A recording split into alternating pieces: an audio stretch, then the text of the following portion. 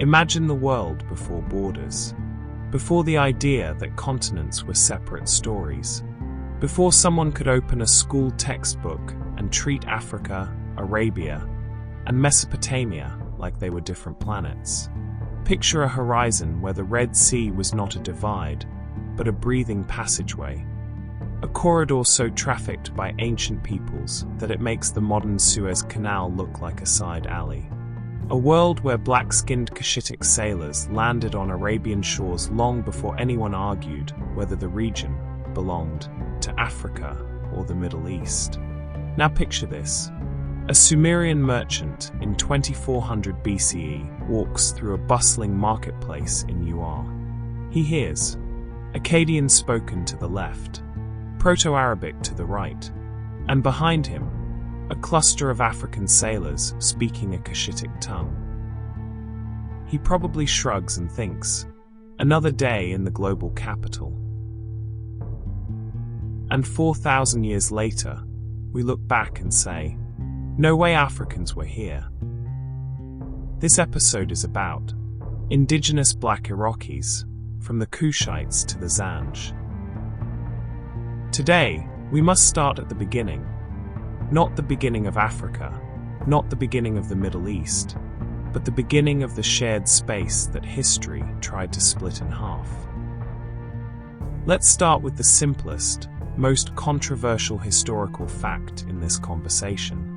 Africa and the Middle East were not separate worlds in antiquity. They were one cultural ecosystem. Now, you'd think this would be obvious. I mean, have you looked at a map? Arabia literally hugs the Horn of Africa, like two puzzle pieces that once snapped together. But somewhere along the line, mainly in the last 200 years, historians started pretending that if someone with dark skin was seen in Arabia or Iraq before the transatlantic slave trade, that was unusual, or rare, or impossible. Yet archaeological evidence, linguistic records, genetic data, and written sources all say the opposite. Dark-skinned African peoples, Cushites, Nubians, Axumites, Himyarites, Bajors, and more, were in the Arabian Peninsula and Mesopotamia since the dawn of recorded time. Not as outsiders, not as anomalies, but as neighbors, traders, soldiers, sailors, priests, and in some eras, rulers. But let's rewind the tape even further. The term Cushite comes from Kush, a powerful and ancient region centered in what we call Sudan today. These weren't a single tribe. Cushitic peoples is a broad linguistic category that includes ancient Nubians, early Sudanese communities, certain Horn of Africa populations, Bajor peoples, and long-distance seafaring groups whose names were recorded by Egyptians, South Arabians, and even early Mesopotamians. The Egyptians sometimes called them the people of the desert sands, or the people of the bow. The Greeks called them Aethiops, meaning burned face, their poetic way of acknowledging dark skin. Mesopotamians, meanwhile, used phrases describing people from the Black Lands across the sea. But here's the thing. The Cushites weren't just living in Africa. They were moving, traveling the Red Sea, crossing the Bab el-Mandeb Strait, a short distance in ancient terms, and establishing settlements along Arabia's western and southern coasts. Some stayed, some moved north, some went all the way into Iraq, into the heart of Mesopotamian civilization. If you want a mental image, picture early Arabia as a giant family reunion. You had Semitic-speaking groups, South Arabian kingdoms, Persian influences drifting in from the north, and Cushitic-speaking African cousins arriving on boats made of bound papyrus and timber. And yes, these boats were real. The Egyptians built seaworthy vessels long before the pyramids were even finished. So, the idea that Cushitic peoples couldn't cross the narrow Red Sea? That's one of those adorable misconceptions, like believing the ancient world didn't have global trade, or that your ancestors didn't have anxiety about paying for bread. Speaking of adorable misconceptions, I'd like to imagine the world's first cultural exchange program didn't happen in a university classroom. No, it probably happened when a group of Cushitic sailors rowed up to a South Arabian fishing village, and someone shouted, "Hey, who are you guys? And what is that amazing grilled fish smell?" That's it. That's the exchange. No paperwork, no visas, just curiosity and good seafood. Now, back to the serious stuff. Let's take a slow walk across time. Early Arabia wasn't a desert emptiness. It was dotted with civilizations, tribes, ports, and caravan routes, especially in Yemen, Oman, the Hijaz, the Tahoma coastal plain, and early Gulf settlements. Many of these regions had deep Afro-Cushitic influence that even modern Arab linguists acknowledge. For example, several South Arabian languages have Cushitic cognates. Early Arabian deities have parallels with East African spiritual traditions. And archaeological finds in Yemen and Oman include pottery styles matching early Sudanese and Eritrean coastal cultures. Ancient African sailors were known for traveling the Indian Ocean long before the so-called Age of Exploration. They reached Arabia, Persia, India, Sri Lanka, and even southern China, according to some historians. So, entering Iraq via the Persian Gulf? That wasn't a challenge, it was a Tuesday. There was written records of black communities in Arabia. Pre-Islamic poetry, South Arabian inscriptions, and early Islamic texts all mention black populations living in Najd, the Hijaz, Yemen, Oman, Bahrain, and southern Iraq.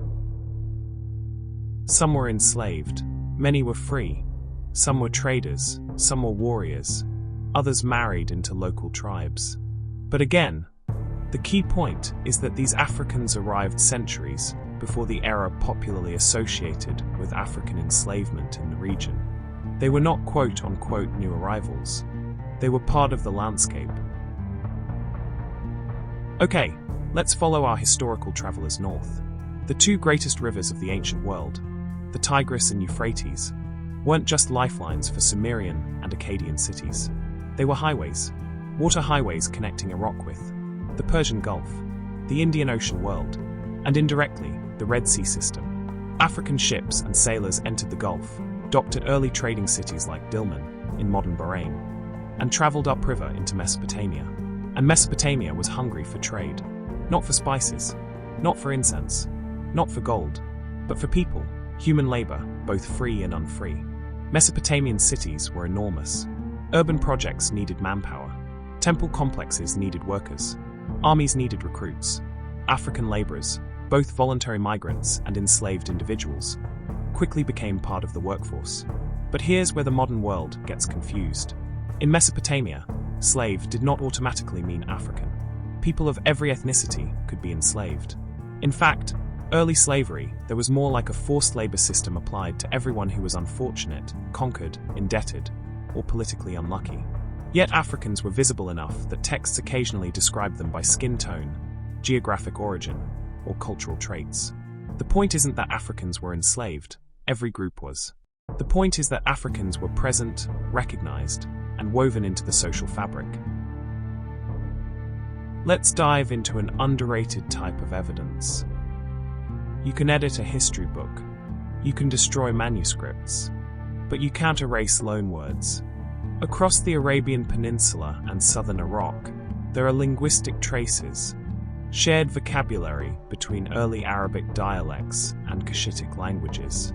Some examples include agricultural terms, maritime vocabulary, words related to trade, pastoral terms shared between Ethiopian Sudanese groups and Arabian tribes.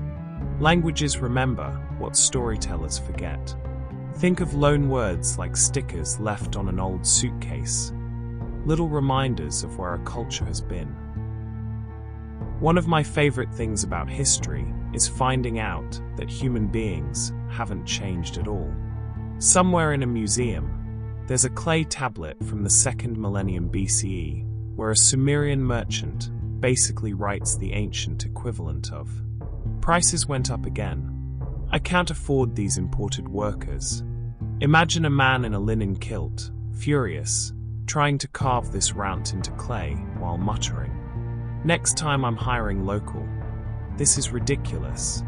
I'm not saying he was talking about Cushitic laborers, but I'm also not saying it. Let's talk about visibility. Mesopotamian artwork occasionally shows individuals with distinctly African features, including tightly curled hair, broad noses, darker skin tones. And no, this doesn't mean everyone was African, but it means Africans were there, visible enough to portray. Africans in early Mesopotamia appear in records as boatmen, mercenaries, musicians, guards, laborers, attendants in temples, sometimes skilled craftspeople. Black presence in ancient Iraq wasn't rare. It simply wasn't written about as dramatically as kings and conquests. Various Sumerian and Akkadian texts describe people arriving from the lands of the black people, a phrase that would make zero sense if authors weren't familiar with such populations. And these weren't one-time encounters. They were ongoing. Next, we must debunk some myths about Africans in the Middle East. Myth 1. African presence began with Islamic slavery. In reality, Africans appear in Arabian and Mesopotamian records thousands of years before Islam. Myth 2. Africans were only present as slaves. In reality, Africans appear as merchants, sailors, mercenaries, musicians, diplomats, and migrants. Myth 3. African influence on Middle Eastern civilization was minimal. In reality, genetics, languages, cultural practices, and written sources show deep interconnection. Here's the sobering part. Most of this early African presence, these migrations, these interactions, these settlements, were written out of modern Middle Eastern identity narratives. Why? Because 19th century European racial theories created a sharp divide between African and Semitic peoples. This divide was imaginary, but it became politically convenient. So, what was once common knowledge became unthinkable, and people who once shaped the region became invisible. This is why understanding Cushitic and early African presence is essential. It restores the foundation before we talk about the Zanj, before we talk about Afro-Iraqi identity, before we talk about erasure, because the Zanj rebellion didn't come out of nowhere. It was part of a long, ancient story of African presence in Iraq. So let's make sure we have an understanding of everything that we have heard in this episode, that for thousands of years, Africans were present in Arabia and Mesopotamia, through trade, through migration, through warfare, through cultural exchange, through seasonal movement, through maritime travel, through labor systems. By the time Islam emerged in the 7th century CE, the African component of the region wasn't an anomaly. It was an old, familiar thread. This means the Zanj communities of southern Iraq didn't appear out of thin air. They were part of a continuum, people whose ancestors had already been part of the region's history for millennia. But as we move closer to the Abbasid period, roughly the 8th to 10th centuries, something shifts. Labor demands explode. Marshland plantations expand. Racial attitudes change. And the stage is set for one of the largest and least discussed uprisings in world history. But we're not there yet. First, we need to explore the centuries-long build-up, the African communities that developed through the Gulf, the Red Sea, the marshlands, and the early Islamic period.